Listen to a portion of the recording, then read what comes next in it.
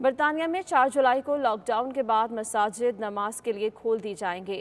Birmingham کے مختلف مساجد کی کمیٹی ممبران اور علماء اکرام نے نمازیوں کے لیے قبل از وقت ہدایات جاری کر دی ہیں۔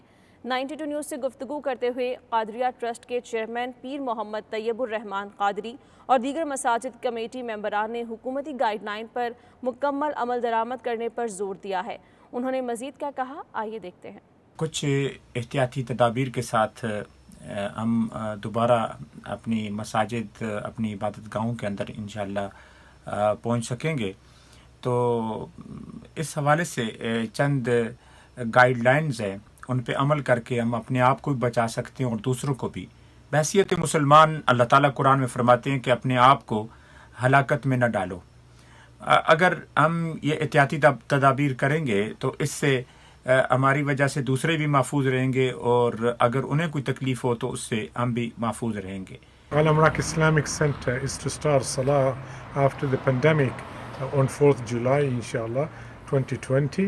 And we request the brothers to come with their masks, prepared with their mask and prayer mat as well as performing wudu from home.